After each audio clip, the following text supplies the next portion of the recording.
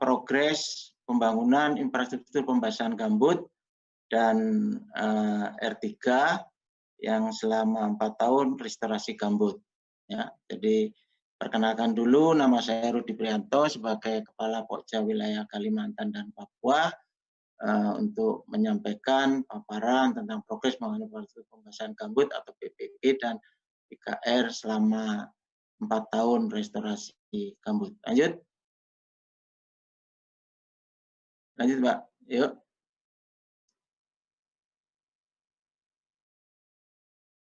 Nah, outline nanti yang akan kami sampaikan yaitu meliputi tugas pokok BRG, perencanaan wilayah, outline-nya dulu. Wilayah, kemudian kegiatan-kegiatan yang telah berjalan, ya, strategi pelaksanaan restorasi gambut, realisasi restorasi gambut tahun 2017 sampai 2019, kemudian rencana kegiatan restorasi gambut tahun 2020, kemudian juga tadi disampaikan oleh Bapak Kapolja Renkum itu pemeliharaan waktu pembasahan gambut, juga yang terakhir nanti kegiatan restorasi gambut dalam rangka pencegahan dan penanggulangan Kadula tahun 2020. Lanjut. Nah, dari tugas pokok Badan Restorasi Gambut berdasarkan Perpres nomor 1 tahun 16 bahwa Badan Restorasi Gambut itu merupakan tugas fungsinya untuk fasilitasi dan koordinasi kegiatan restorasi gambut yang tadi sudah disampaikan oleh Ibu Deputi sekitar lebih kurang 2,6 juta hektar untuk tahun 2016 sampai 2020 dengan target-target 2016 itu 30%, 2017 20%, 2018 20%, dan 2019 20%, setelah yang terakhir 2020 10%. Ini kegiatan dilaksanakan di 7 provinsi yaitu Riau, Jambi, Sumatera Selatan, Kalimantan Barat, Kalimantan Tengah, Kalimantan Selatan, dan Papua. Adapun fungsinya yaitu sebagai koordinasi dan penguatan kebijakan, kemudian perencanaan, pengendalian, dan kerjasama, juga penataan ulang pengelolaan areal gambut terbakar, dan penataan kesatuan pemetaan kesatuan hidrologis gambut, juga sosialisasi dan edukasi gambut nanti disampaikan oleh Pak Witnyo, juga penetapan zonasi fungsi lindung dan budidaya, juga tadi disampaikan oleh Ibu Deputi bahwa supervisi dalam konstruksi, operasi dan pemeliharaan infrastruktur di lahan konsesi dan juga yang konstruksi infrastruktur pembasahan gambut sendiri serta tugas-tugas lainnya diberikan oleh Bapak Presiden. Lanjut. Ya, berikutnya. Ya, perencanaan wilayah restorasi gambut di tingkat tapak ini perencanaannya meliputi kegiatan RTT yaitu rencana tindak tahunan, ini untuk kegiatan analisis KG atau kesatuan gambut atau peta indikatif restorasi. Kemudian tadi sampaikan Pak Kapolja Renkum ada kegiatan survei investigasi desain dan detail engineering design dan kegiatan rapid assessment atau RA, unit analisis SRG dan PIR serta target PIR. Benar rencana kerja yaitu unit analisis SRG, target PIR, paket kerja swakelola kontraktual untuk desa, kecamatan, kabupaten. Dan ini untuk PIR-nya sendiri secara peta indikatif restorasi secara keseluruhan yaitu 12 jutaan hektar ini secara garis hijau yang paling luar itu memang terlalu luas. Kemudian prioritas PIR gambut bekas terbakar dan gambut dalam berkanal itu 5,2 juta hektar. Kemudian target PIR sendiri yaitu 2,6 juta hektar. Lanjut. Kemudian untuk kegiatan data lahan gambut di 7 provinsi, ini memang sekilas kami tampilkan untuk provinsi lain yaitu Jambi, Kalbar, Kalsel, Kalimantan, Papua, Riau, Sumatera Selatan, dan kami fokus untuk Kalimantan Tengah yaitu untuk pasca kebakaran 2015-2007 ada 337.183. Ini kemudian gambut lindung berkanalnya itu 568.309. Nah, ini juga untuk yang gambut tidak berkanal, ini ada datanya 1,5 juta hektar, gambut budidaya itu 364.889 dan totalnya yaitu 2,8 juta hektar. Lanjut.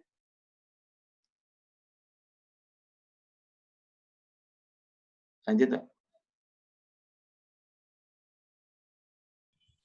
Ya, ini untuk pelaksanaan restorasi gambut di Indonesia, target-targetnya yaitu secara quick response tadi disampaikan 2,67 terdiri dari kawasan konservasi ini 203.495 hektar, area konsesi 1,7 juta hektar, dan kawasan lainnya yang termasuk hutan produksi, hutan lindung, dan area penggunaan lain itu 680.752 hektar.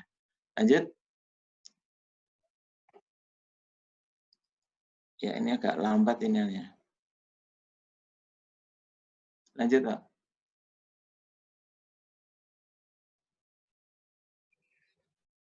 Ya. Nah, ini contoh fungsi kawasannya. Jadi salah satu saya ambil contohnya satu kegiatan yang ada di KHG Sungai Lamando, Sungai Kume. Ini fungsi kawasan pada KHG. Ini meliputi APL, area penggunaan dilaksanakan oleh tugas pembantuan yang ada di Dinas LH, dan di HPT hutan terbatas, tugas pembantuan ada Pemda juga, kemudian tentang produksi juga di APK hutan produksi yang dapat dikonversi, yaitu dilaksanakan untuk di KPH. Kemudian juga wilayah konsesi dilakukan tadi disampaikan oleh Ibu Deputi, oleh pemegang konsesi, kemudian kawasan konservasi, ini ada Taman Wisata Alam Tanjung Pulang. Wilayah target BRG sebagian besar berada pada kawasan APL dan hutan produksi. Nah, ini satu contoh petanya bahwa batasan kawasan luar ini merupakan suatu batas KHG, di mana di dalamnya itu ada target BIR, kemudian ada yang diaksir itu konsesi, ini bukan kita hanya melalui kegiatan supervisi, kemudian yang di luar itu adalah area-area yang diintervensi, yaitu ada target PIR yang ada delineasi kecil-kecil yang ada di dalam. Itu yang akan kita intervensi. Lanjut. Lanjut. Ini agak lambat ini. Kemudian contoh analisis lanjut, analisis untuk desa analisis yang terkait terlibat restorasi. Ini saya ambil contoh yang di Kabupaten Kapuas, yaitu batas delineasinya itu batas KG, kemudian kelihatan situ ada target PIR, kemudian ada sesi peduli gambut, dan kemudian ada DPG dengan mitra, dan yang merah muda itu belum ada DPG. Nah, ini kegiatan di Kecamatan Dadap yang Kapuas Murung ini ada bentuk-bentuk di desanya itu dulu nggak mungkin datang dulu. Kemudian ada juga yang kegiatan DPG yang dilaksanakan pada tahun 2020 ya. Ini ada kegiatan terutama kalau yang di Desa Dadap memang ada 4 desa ini kegiatan DPG-nya belum, nanti akan ditindaklanjutin, akan diperjelas. Kemudian yang Kapuas Murung ini hanya satu aja yang belum ada DPG, yang lain ada kegiatan DPG 2020. Jadi total desa target restorasi ini ada 26 desa yang sudah DPG itu 12 desa, belum DPG 4, dan rekomendasi dengan mitra itu ada 10. Dan lanjut. Nah, ini strategi pelaksanaan restorasi yang dikenal 3R atau 3P, yaitu kegiatan rewetting atau pembasahan kembali gambut. Ini kegiatannya berupa sekat kanal, penimbunan kanal, dan sumur bor. Sedangkan R2-nya revegetasi, yaitu penanaman kembali. Kegiatannya itu baik persemaian, pembibitan, kemudian penanaman sendiri, dan juga pemulihan untuk regenerasi alami. Sedangkan yang R3-nya yaitu revitalisasi ekonomi masyarakat ini meliputi kegiatan land based, water based, maupun environmental service based, yaitu kegiatan-kegiatan yang dengan masyarakat untuk kegiatan penanaman pembukaan lahan tanpa bakar, kemudian juga ada kegiatan bantuan-bantuan kegiatan kerajinan, juga kegiatan-kegiatan yang perikanan, peternakan, juga ekoturism. Nah, ini metode 3 pendekatan dari 3R. Lanjut. Kemudian kegiatan yang realisasi kegiatan restorasi, kegiatannya ini dari 2017 dan sampai 2019 ini ada di Sumatera, Kalimantan, dan Papua. Mungkin kami akan fokus saja untuk yang di Kalimantan Tengah, yaitu sekat kanal ini untuk kegiatan di Kalteng ini, nanti untuk kegiatan di ini sudah mencapai cukup banyak, yaitu untuk sekat kanal itu 2.875 unit, sumur bor itu 10.654 unit, dan timbul kanal ada 115, dan revegetasi ada 450 hektar, dan revegetasi ekonomi sudah 117 paket yang sudah diberikan ke masyarakat. Lanjut. Nah, kemudian realisasi kegiatan totalnya, yaitu untuk Kalteng sendiri ini sekarang sumur bor ini ada 13.529, revegetasi 450, dan 111. Ini ulang yang tadi untuk secara keseluruhan. Lanjut. Realisasi kegiatan restorasi gambut, lanjut ya. Ini untuk khusus di Kalimantan Tengah ini kegiatan-kegiatan ada di beberapa kabupaten ini, yaitu Pulang Pisau, dan juga di Kota Palangkaraya, Kabupaten Kapuas, Kabupaten Katingan, Barito Selatan, Sukamara, Seruyan, Waringin Barat, dan Kota Waringin Timur. Nah, ini untuk kegiatan-kegiatan yang mulai 2017, 2018, dan 2019, ini juga sudah tersampaikan untuk terdapat di 16 KG dengan 5 KG lintas kabupaten. Nah, ini dari rincian-rincian yang saya sampaikan sebelumnya itu, ini kegiatan-kegiatan yang sudah dilaksanakan dari tahun 2017 sampai 2019. Lanjut. Kemudian rencana kegiatan di 2020, nah ini kita sampaikan juga ada di 7 provinsi, kita fokuskan aja, tadi sudah disampaikan oleh Bapak Rengku, mungkin detailnya nanti juga akan disampaikan oleh tugas pembantuan dari Dinas LH, bahwa di Kalteng ini rencana kegiatan yang sudah fix setelah hasil revisi karena ada pengurangan karena ada COVID-19 ini, yaitu untuk sekat kanal R1 ini 46 unit, kemudian R2-nya ada pemeliharaan 300 hektar, dan paket revitalisasi ekonomi masyarakatnya ada 39 paket. Ya, ini untuk kesiapan kemarin sudah kita bahas di kantor Dinas LH untuk proses percepatan pelaksanaan kegiatan di lapangan. Jadi para PPK sudah mencermati semua kegiatan yang akan dilaksanakan, tinggal eksekusi pelaksanaannya aja untuk di lapangan. Lanjut. Kemudian kegiatan secara totalnya, yaitu untuk rekapnya secara total, tadi disampaikan. Lanjut. Untuk sumur sekat kanal 46, kemudian revegetasi 300 hektar, dan revegetasi kalau lanjut tadi sudah berikutnya. Kemudian pemeliharaan.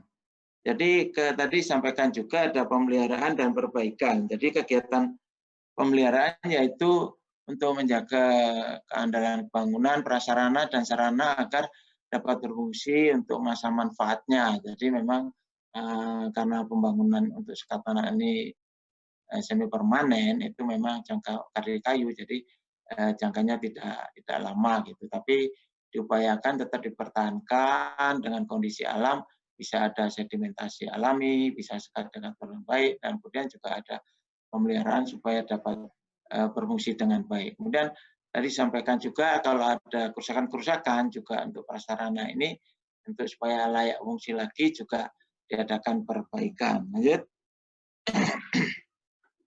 Kemudian klasifikasi jenis kerusakan mungkin saya detailkan tadi secara kilas sudah disampaikan oleh Dr. Rinkum. Untuk yang ringan itu fungsinya tidak terganggu. Ini untuk sekat kanal apabila indikatornya kerusakan pelang nama, papan peluncur, kemudian papan spillway dan material spillway. Ya. Jadi ini dikatakan ringan. Nah ini ada perbaikan-perbaikan kecil aja untuk perbaikannya, pemeliharaannya.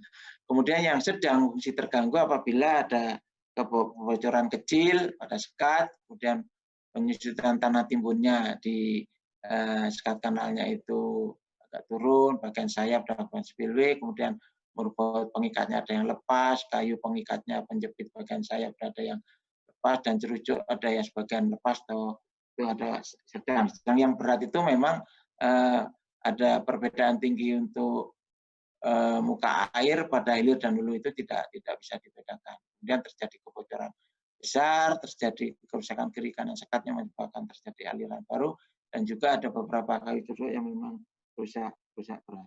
Lanjut, sedangkan untuk jenis kerusakan pada sumur bor, ini ada beberapa item kerusakan yang terkait dengan fungsinya.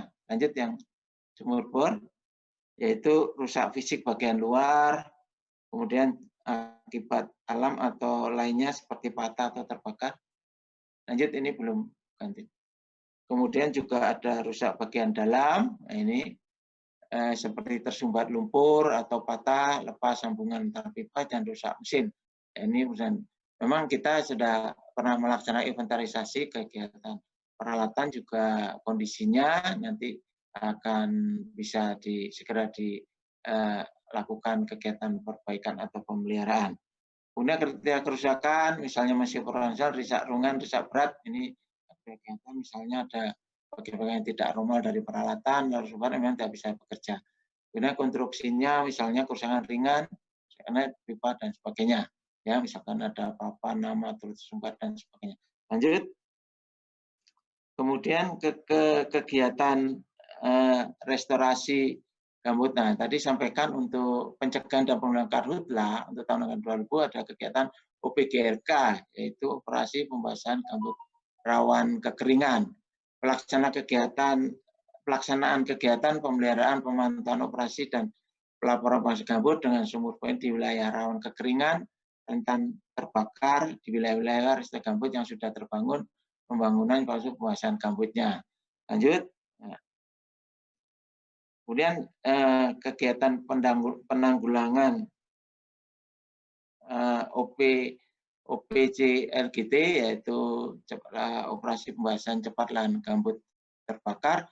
Nah, ini pelaksanaan fasilitasi koordinasi, kemudian ada perencanaan, operasi pelaporan dan pembasahan. Nah, ini juga nanti tadi sudah disampaikan bahwa ada kegiatan dengan koordinasi dengan Pak Kades, dengan Pokmas, juga dengan MPA.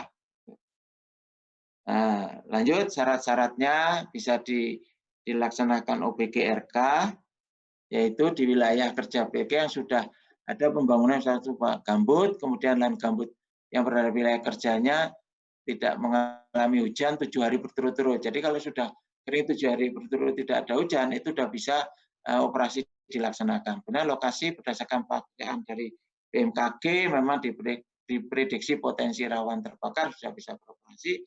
Kemudian juga bila ada indikasi hotspot, misalnya ada pemantauan dari LHK 8 juga bisa dilaksanakan. Juga dari TMA kalau memang tinggi air sudah lebih, jadi sudah makin ke dalam gambutnya sudah mulai terbakar. Lanjut. Kemudian syarat-syarat pelaksanaannya ini dilakukan lanjut pada gambut yang terbakar berdasarkan pemantauan atau laporan, kemudian juga dilakukan pada lahan yang terbakar. Ya, ini untuk OPCLK-nya ini pada kegiatan-kegiatannya. Kemudian sebagai penutup, lanjut restorasi gambut Ya, lanjut. Jadi restorasi gambut tidak dapat dilakukan secara parsial. Memang kegiatannya ini harus integrasi dengan yang lain, harus dilaksanakan secara holistik berdasarkan satu kesatuan metodologi gambut. Ya, ini untuk kemudian restorasi gambut harus melibatkan semua pihak, pemerintah pusat, pemerintah daerah, pemegang konsesi, LSM perguruan tinggi dan partisipasi juga dengan masyarakat. Kemudian restorasi gambut tidak dapat dilakukan secara instan, akan tetapi memerlukan waktu yang lama dan biaya yang memang cukup besar. Kemudian lahan gambut yang masih utuh atau impact agar tetap dijaga. Ini perlu dipertahankan untuk gambut-gambut yang masih bagus, dipertahankan, dilindungi, dan dapat dimanfaatkan sesuai dengan peruntukannya. Ini juga dijaga sesuai dengan kaidah restorasi. Kemudian lahan gambut yang rusak direstorasi dengan pembahasan kembali untuk mempertahankan tinggi muka air gambutnya. Lanjut, ini ada beberapa hasil kegiatan, contoh-contoh kegiatan yang telah dilaksanakan di Kalimantan Tengah. Lanjut, gambar-gambar atau foto-foto yang telah dilaksanakan, yaitu kegiatan-kegiatan untuk sekat kanal, ini ada beberapa sumur bor, juga ada kegiatan-kegiatan pemeliharaan EPG sudah dimulai dengan masuk MPA, sudah kita sosialisasikan dan sudah kita arahkan, dan ini juga ada kegiatan bimbingan teknis untuk pembangunan di lapangan sumur. Lanjut. Nah, ini juga kegiatan revitalisasi ekonomi tadi, misalkan tadi ada Pemprov Sawah, ini ada hulu, kemudian ada persemian kapal, ini kegiatan ada ekoturism yang dengan TN Sebango, kemudian ada kegiatan ternak sapi, dan juga ada kegiatan jamur, pengembangan jamur, dan juga ada kegiatan ayam dan sebagainya. Jadi banyak kegiatan revitalisasi ekonomi tergantung dari masyarakat yang ada untuk mengembangkannya. Lanjut, mungkin itu yang bisa saya sampaikan, Bapak Moderator. Mungkin ada hal-hal bisa kita diskusikan untuk lebih lanjut, dan kalau ada kurang kami mohon maaf. Wassalamualaikum warahmatullahi wabarakatuh. Baik, terima kasih Pak Rudi atas waktu yang sangat bagus ya. Jadi tolong di manage waktunya karena kita sudah menggunakan cukup banyak supaya nanti kita tetap punya kesempatan untuk interaktif, komunikasi interaktif dengan audiens. Untuk selanjutnya kita masuk pada kegiatan-kegiatan pendukung. Kegiatan pendukung ini meskipun tidak kegiatan utama, tapi seringnya justru ini yang menentukan keberhasilan kegiatan. Kami akan mempersilahkan Pak Dr. Insinyur Suwiknyo Utomo untuk menyampaikan progres pengembangan edukasi, sosialisasi, partisipasi, dan kemitraan, dan rencana tahun 2020. Dipersilahkan Pak Wiknyo, tolong diatur waktunya untuk tidak lebih dari 15 menit ya. Baik, terima kasih Pak Nugroho atas waktunya. Assalamualaikum warahmatullahi wabarakatuh. Selamat siang dan salam sejahtera buat kita semua. Waktunya 15 menit Pak ya, 10.21, insya Allah jam 10.36 selesai. Baik, yang kami hormati Ibu Deputi 3 BRG, Bapak Kepala Dinas Lingkungan Hidup Provinsi Kalteng, Kepala BPBD Provinsi Kalteng, Ketua Bapeda, Pak Komandan Korem dari Kepolisian di Polda Kalteng, para OPD dari Kabupaten, rekan-rekan semua. Baiklah, kami akan menyampaikan beberapa hal yang terkait dengan Pak Nugroho tadi sampaikan adalah pendukung kegiatan restorasi gambut, di mana Pak Rudi tadi sudah menyampaikan restorasi gambut itu di dalam BRG menggunakan pendekatan 3R, R1, R2, R3. Ini adalah komponen pendukung dari kegiatan tersebut. Baiklah, kami mohon izin untuk share screen yang akan kami sampaikan berikut.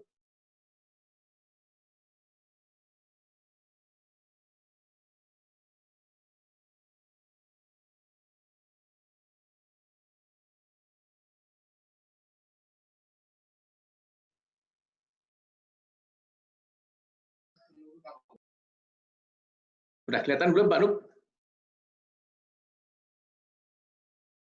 Udah kelihatan Pak. Oke, ya. Baik, kami akan berikan judul. Udah kelihatan ya? Dian aja, dibesarkan aja. Oh, dibesarkan, oke, gitu. Ya, udah. Sudah Pak. Ini sudah udah di.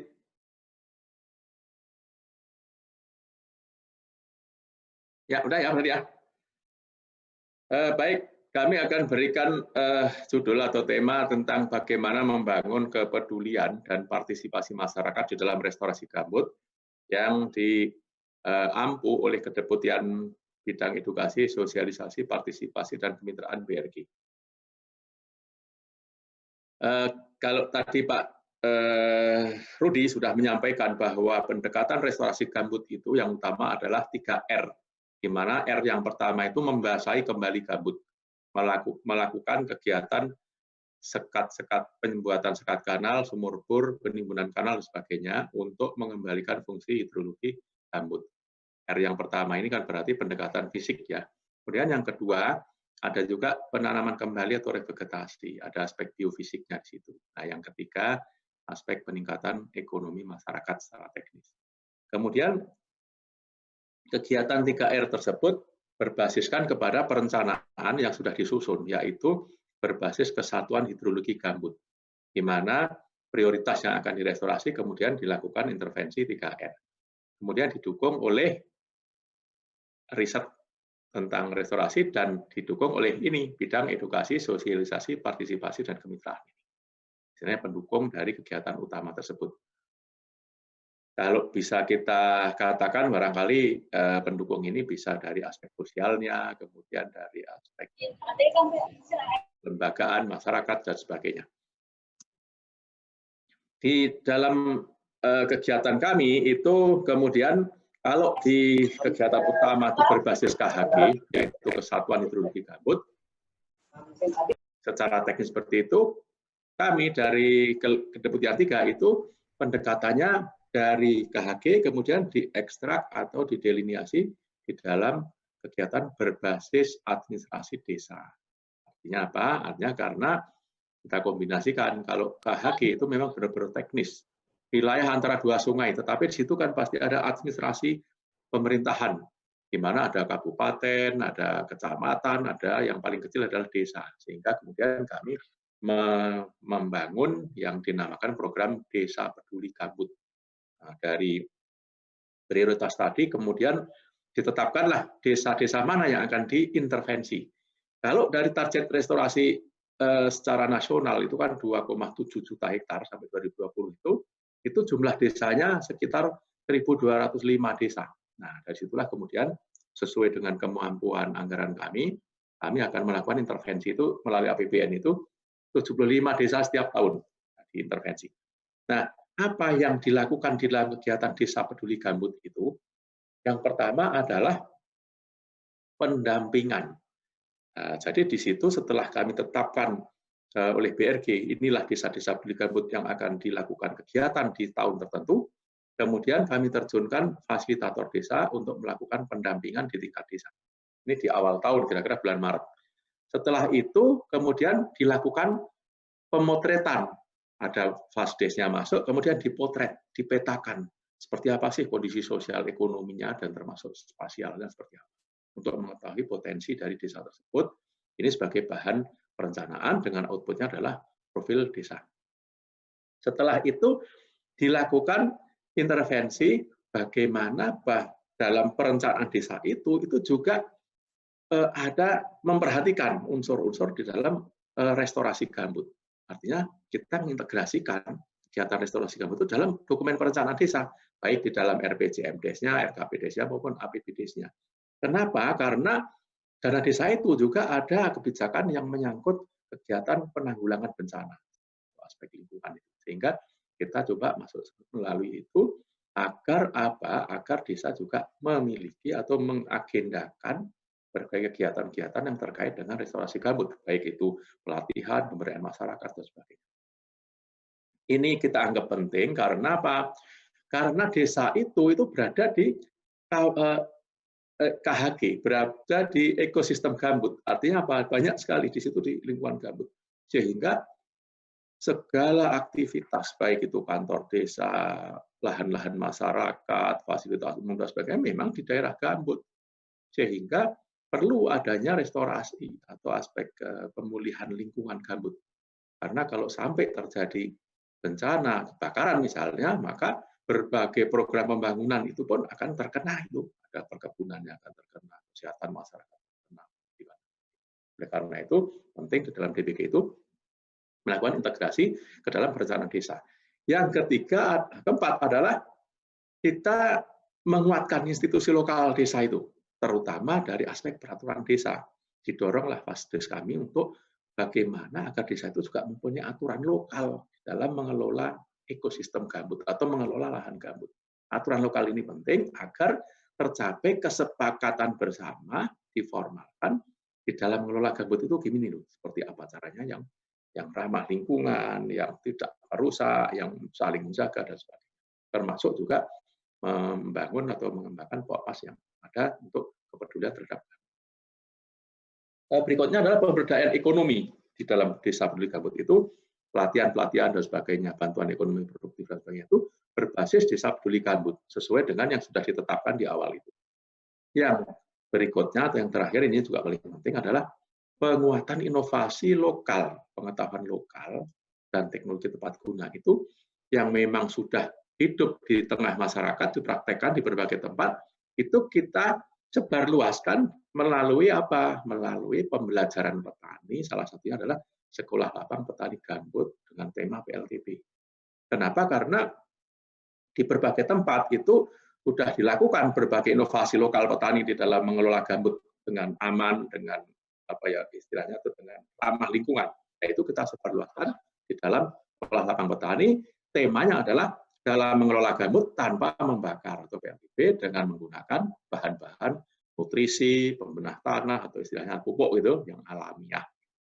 Nah, termasuk juga aspek pengembangan seniman pangan, kerajinan dan sebagainya ini agar apa? Agar ada nanti peningkatan ekonomi di masyarakat itu, termasuk juga aspek lingkungannya terjaga. Inilah kegiatan utama di Desa Peduli Gambut. Dari 5 tahun bekerja PRG sampai 2020 ini, bulan Juni ini, sudah tercatat seperti disampaikan Budi Putri tadi, secara total itu baik DPG yang dibiayai oleh APBN maupun oleh lembaga donor maupun kemitraan bersama berbagai konsesi maupun perusahaan maupun entitas lainnya itu sekitar 525 DPG seluruh Indonesia atau 7 provinsi.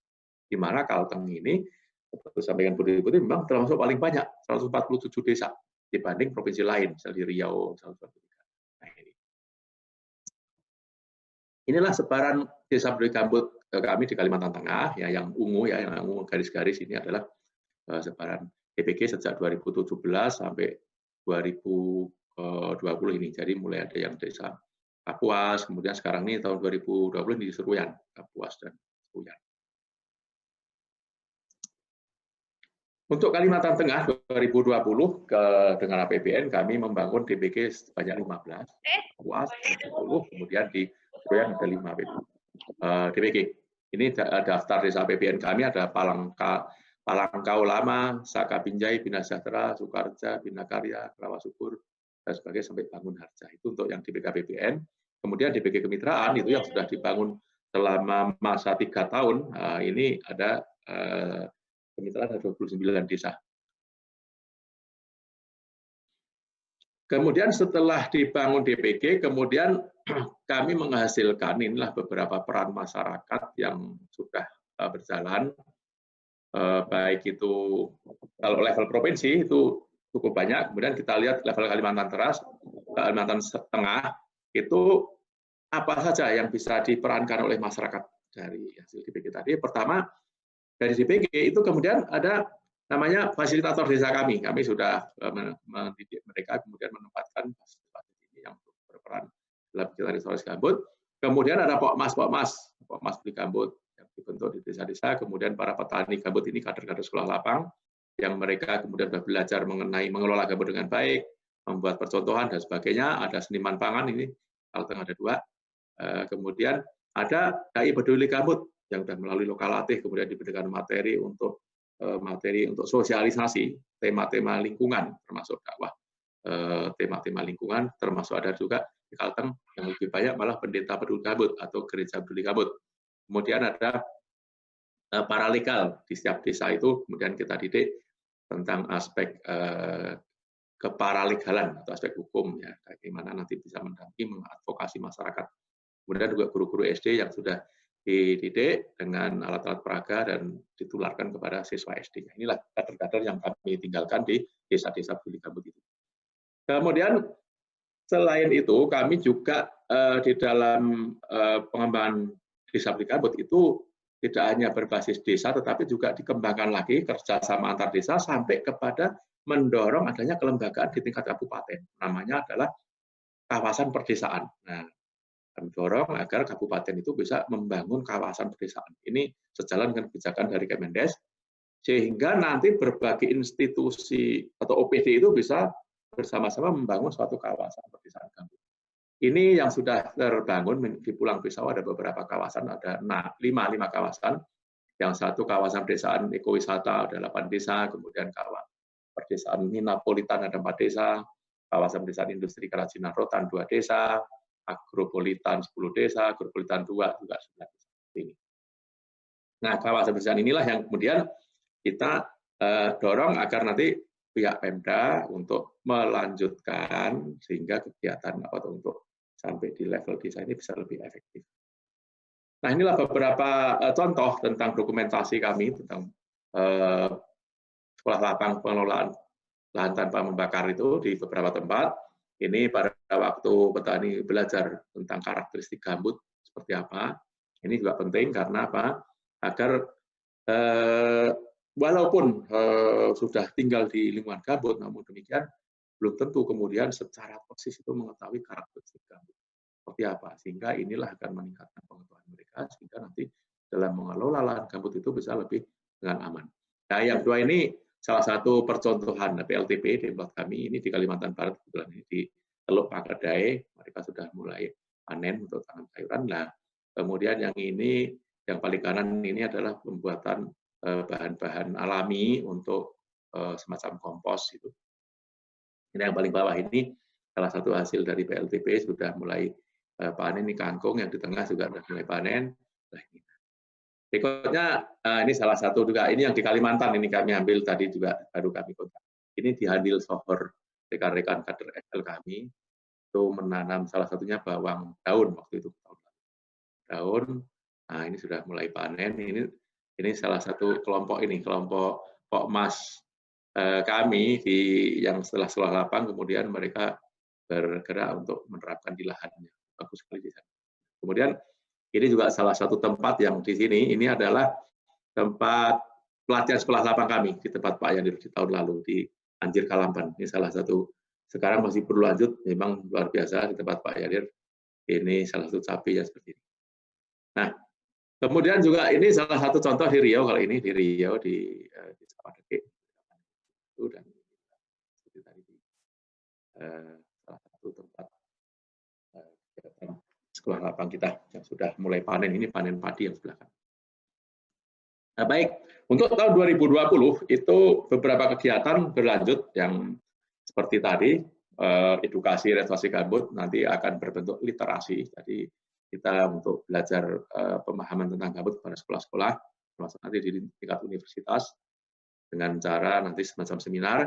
Kemudian sekolah lapang sudah akan berlanjut lagi, kemarin sudah jalan di Kalimantan Tengah dan Kalimantan Selatan dan Jambi, dan insya Allah nanti sesuai dengan kesiapan masing-masing tempat, nanti akan kita lakukan di tiap provinsi juga. Kemudian sosialisasi gambut ini yang kita lakukan sekarang secara online, kemudian nanti setelah ini itu akan dilakukan sosialisasinya melalui FGD, jadi stakeholder yang terkait, stakeholder tingkat istilahnya itu, yang terkait dengan tugas-tugas restorasi, nanti akan bertemu secara offline tentu saja, untuk membuat komitmen bersama bahwa restorasi gambut ini kepentingan kita bersama. Jangan sampai hanya punyanya BRG dan Dinas TP saja, tetapi kepentingan kita bersama sehingga kita akan berdiskusi untuk membangun jejaring kerja, membuat komitmen bersama untuk keberlanjutan kegiatan restorasi gambut. Kemudian kami juga sudah menempatkan FASDES di masing-masing desa sejak bulan Maret. Kemudian nanti bulan-bulan Agustus kalau sudah situasi agak terkendali dan sudah tersedia anggarannya, keuangannya, lokakarya perencanaan desa dan bantuan alat untuk sekolah lapang sudah kita siapkan. Jadi nanti setelah sekolah lapang, Pak Mas Hendy akan kita beri bantuan dengan alat-alat pertanian, itu baik pencacah rumput, pompa air dan sebagainya. Kemudian juga sudah mulai nanti di dalam lokakarya pedesaan itu, Lokperdes itu adalah integrasi profil desa dengan PIPG. Nah, ini berbagai kegiatan lain nanti integrasi profil desa dan PIPG itu intinya kan banyak sekali desa-desa gambut kita yang sudah dibangun fasilitas infrastruktur pembasahan gambut, sumur bor, sekat kanal. Nah, disitulah kemudian insya Allah nanti kita kumpulkan untuk bersama-sama bagaimana ke depan ini pemeliharaan, IPG, dan sebagainya itu bisa dilaksanakan. Sehingga kita harapkan pihak desa nanti sebagai leading organisasinya agar meneruskan misi lingkungan tersebut, pemeliharaan infrastruktur pembasahan gambut. Kemudian juga terkait dengan supervisi lahan konsesi. Nah, di masa pandemi kemarin kegiatan-kegiatan kami terkait dengan diskusi online, kemudian kuliah umum terkait dengan restorasi gambut. Nah, untuk supervisi konsesi di Kalimantan Tengah itu memang dari target 70.000 itu sudah tercapai sekitar 56,73%, terutama di konsesi perkebunan. Nah, karena dari BRG sudah melakukan MOU dengan Dirjen Perkebunan, sehingga ini sudah dilakukan supervisi konsesi itu artinya bimbingan teknis, konsultasi teknis terkait dengan bagaimana restorasi gambut di lahan konsesi. Karena kewajiban melakukan restorasi di konsesi adalah kewajiban di pemegang konsesi itu sendiri. Baik, ini salah satu hal yang barangkali perlu kita ini bagaimana membangun kepedulian terhadap restorasi gambut itu. Nah, intinya restorasi gambut melibatkan banyak pihak, artinya berbagai multi stakeholder, banyak sekali. Kemudian restorasi gambut sasaran ke depan itu adalah sebenarnya menjadi agenda kita bersama. Oleh karena itu, BRG melakukan pendekatan ini. Pertama, membangun pengetahuan tentang restorasi. Tukar-menukar informasi tentang restorasi kepada berbagai pihak melalui sosialisasi misalnya. Kemudian dari situ moga-moga muncul kesepahaman bersama. Nah, setelah itu kesepahaman bersama bahwa restorasi itu penting. Menjadi agenda kita sama. Kenapa penting? Karena kalau sampai terjadi bencana, misalnya kebakaran, dan itu di lahan gambut, itu yang rugi juga kita semua. Tidak hanya BRG, tetapi berbagai pihak juga rugi. Mulai dari aspek kesehatan terganggu, pertanian terganggu, pembangunan terganggu. Oleh karena itu, pertama pentingnya restorasi gambut. Kemudian kami juga melakukan penyadaran. Nah, dengan metode misalnya dengan DAI Gambut melakukan sosialisasi dari aspek keagamaan, kemudian dari situ muncullah kesadaran bersama bahwa sosialisasi restorasi gambut, menjaga gambut itu penting. Kemudian membangun sikap yang baik, yang positif, bahwa menjaga gambut secara aman itu juga memang penting, dan itu kita bumikan atau kita sampai ke level paling bawah, pada level petani. Dengan cara apa? Dengan sekolah lapang dan sebagainya. Kemudian setelah itu mereka setelah sikapnya bagus, berarti harus berperilaku. Itu kalau aspek SDM begitu, berperilaku yang baik. Berarti kalau bertani, itu ya jangan sampai menggunakan api, tetapi dengan cara yang aman. Seperti apa? Teknik-tekniknya diajarkan di dalam sekolah lapang dan dipraktekkan dalam mini demplot itu. Itu dari aspek SDM. Nah, dari aspek kelembagaan juga seperti itu. Setelah lembaga tertentu itu kemudian sadar bahwa restorasi juga kepentingan kita bersama, berarti OPD misalnya itu juga berarti dia harus menganggarkan, kemudian bersikap positif, melakukan sesuatu, memprogramkan di dalam RKKL-nya itu loh kita harapkan. Misalnya desa, kemudian perilakunya adalah apa? Di dalam RKKL desanya itu RAPBDes-nya itu dicantumkan pemberdayaan masyarakat, pelatihan masyarakat atau tentang restorasi gambut seperti itu baru sampai kepada perilaku. Oleh karena itu dari bangunan itu kita harapkan perilakunya itu kalau SDM katakanlah misalnya petani di desa gambut ya mengelola lahan gambut itu tanpa membakar, tapi menghasilkan gitu. Jangan sampai itu perilaku yang diharapkan. Kemudian harapan kami juga ada mainstreaming restorasi gambut ke dalam pembangunan. Kalau di tingkat desa berarti pembangunan desa, tapi kalau di tingkat kabupaten berarti adalah pembangunan di sektor-sektor yang terkait di pertanian, perkebunan, dan sebagainya. Seperti itu kira-kira.